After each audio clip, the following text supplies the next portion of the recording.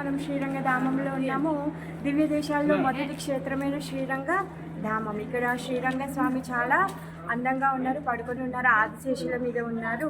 అయితే ఏదైతే చూస్తున్నామో రంగ విమానం, ఇది విమానం సాక్షాత్ బ్రహ్మదేవుడు పాల సముద్రం నుంచి విష్ణువుని ప్రార్థించి తీసుకున్నారనమాట. ఈ విమానాన్ని తన లోకంలో సత్యలోకంలో ప్రతిష్టాపించి ఒక పెద్ద వైభవమైన గుడి కట్టి అతను అక్కడ పూజ చేసేవారనమాట. మరి అప్పుడున్నటువంటి రాజులు ఎవరైతే ఉన్నారో ఇక్ష్వాకు కుల రాజులు, వాళ్ళందరూ బ్రహ్మలోకానికి వెళ్ళే అంత శక్తి ఉండేదన్నమాట. వాళ్ళు బ్రహ్మలోకానికి వెళ్ళి ఆ బ్రహ్మదేవుడి దర్శనం, ఇంకా బ్రహ్మ పూజించేటటువంటి ఈ శ్రీరంగనాథుడి దర్శనం కూడా వాళ్ళు చేసుకునే వాళ్ళు అనమాట.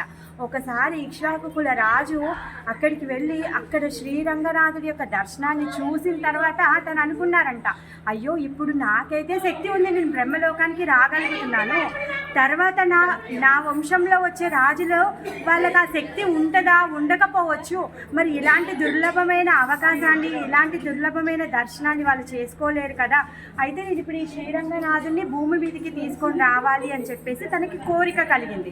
ఆ కోరికతోనే తను ఇక్కడ ఉన్నటువంటి చంద్ర పుష్కరిణి, ఆ పుష్కరిణిలో కూర్చొని చాలా ఘోరమైన తపస్సు చేస్తారనమాట. ఆ తపస్సుకి చూసి ఇంద్రుడు, ఎవరు తపస్సు చేసినా పాపం ఇంద్రుడికి భయం వేస్తుంది, ఆయన యొక్క స్థానాన్ని తీసేసుకుంటారేమో అని చెప్పేసి ఆ విధంగా తను కామదేవుని ఉండితో పాటు రంభా ఊర్వశి వీళ్ళందరినీ కూడా ఇచ్చి పంపిస్తాడనమాట.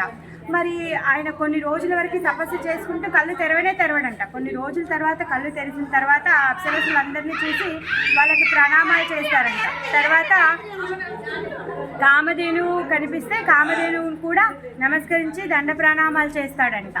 వాళ్ళందరికీ సపర్యలు చేస్తాడు. తర్వాత కామధేనువు ఏమనుకుంటుంది అంటే, అయ్యో ఈయన చాలా అంటే దేనికి చెల్లించని వాడు, ఈయనని మేము డిస్టర్బ్ చేద్దామని వచ్చాము అని చెప్పేసి ఇంద్రలోకానికి వెళ్ళి ఇంద్రుడికి చేరవేస్తారనమాట. అప్పుడు ఇంద్రుడు వస్తాడు. ఇంద్రుడు ఆయన మీదికి యుద్ధానికి వస్తాడు వజ్రాయుధం తీసుకొని. అప్పుడు ఇక్ష్వాకు కుల రాజు శ్రీహరిని ప్రార్థిస్తాడనమాట. శ్రీహరి తన సుదర్శన చక్రంతో ఆ ఇంద్రుడి యొక్క అస్త్రాన్ని వారింపజేస్తాడనమాట. అప్పుడు ఇంద్రుడు బ్రహ్మ కూడా చూస్తారనమాట. బ్రహ్మ చూసి తర్వాత బ్రహ్మ వెళ్ళి శ్రీహరికి చెప్తాడనమాట. శ్రీహరికి చెప్పి తను ఏమంటాడంటే, స్వామి నువ్వు లేకపోతే నేను ఎలా ఉంటాను, ఇప్పుడు ఆ ఇక్ష్వాకు కుల రాజు తను మిమ్మల్ని కిందికి తీసుకెళ్లాలని ప్రయత్నిస్తున్నాడు, ఆయన ఘోరమైన తపస్సు చేస్తున్నాడు, మరి ఎలా అని చెప్పేసి తను బెంగపడతాడు, పాపం ప్రాధేయపడతాడనమాట. బ్రహ్మ ప్రాధేయపడితే అప్పుడు శ్రీహరి సాక్షాత్ ఏమంటాడంటే, నువ్వేమి కంగారు పడొద్దు, ఎందుకంటే నువ్వు చేసేటటువంటి సేవ మంగళారతి సేవ.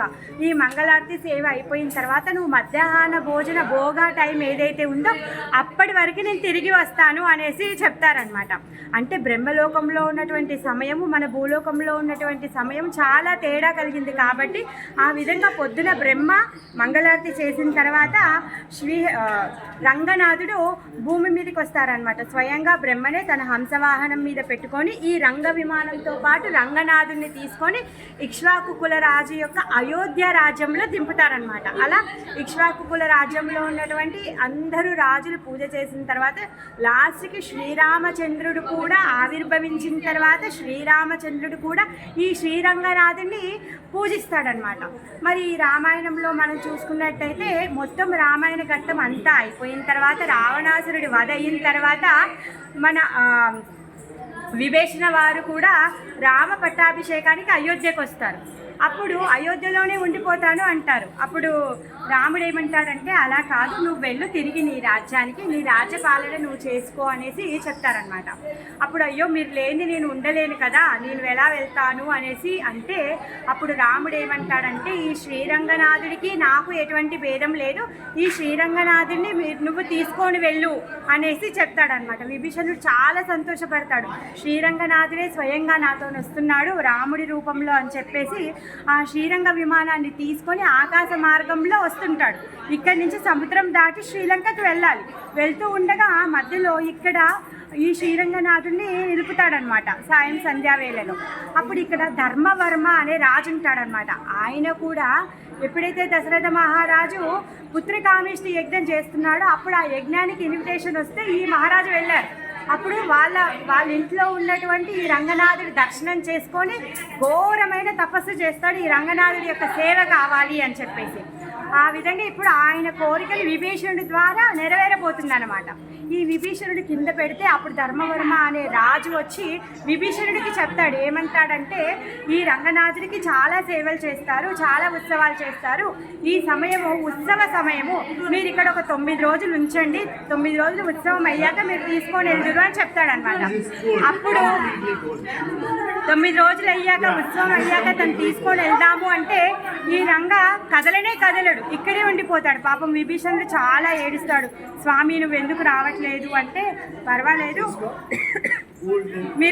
నువ్వు వెళ్ళు, నేను అందుకే అటు సైడ్ చూస్తున్నాడు, స్వామి ఇటు సైడ్ చూస్తున్నాడు అంటే శ్రీలంకని చూస్తున్నాడు అనమాట. నువ్వు వెళ్ళు, నా దృష్టి నీపైనే ఉంటుంది అని చెప్పేసి తన హామీ ఇచ్చి విభీషణుని ఇక్కడి నుంచి పంపించి రంగనాథుడు మాత్రం ఇక్కడే ఉంటాడనమాట. మనం చూసేటటువంటిది వైకుంఠ విమానం, శ్రీరంగ విమానం.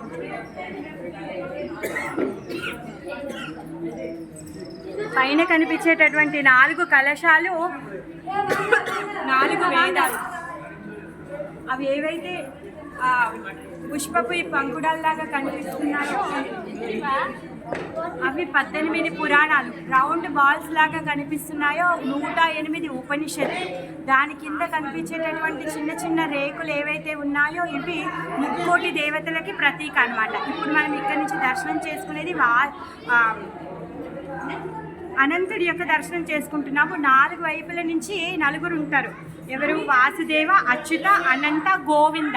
ఈ 4 రూపాయల దర్శనం చేసుకొని ఎవరైతే ఒక పరిక్రమ చేస్తారో వాళ్ళ సర్వ పాపాలన్నీ తొలగిపోతాయంట, భగవంతుడి యొక్క ధామం ప్రాప్తి అవుతుంది అని చెప్పేసి వేదాలు ఘోషిస్తున్నాయన్నమాట. శ్రీరంగనాథుడికి జై, శ్రీరంగపట్టణానికి జై, వైకుంఠ విమానానికి జై.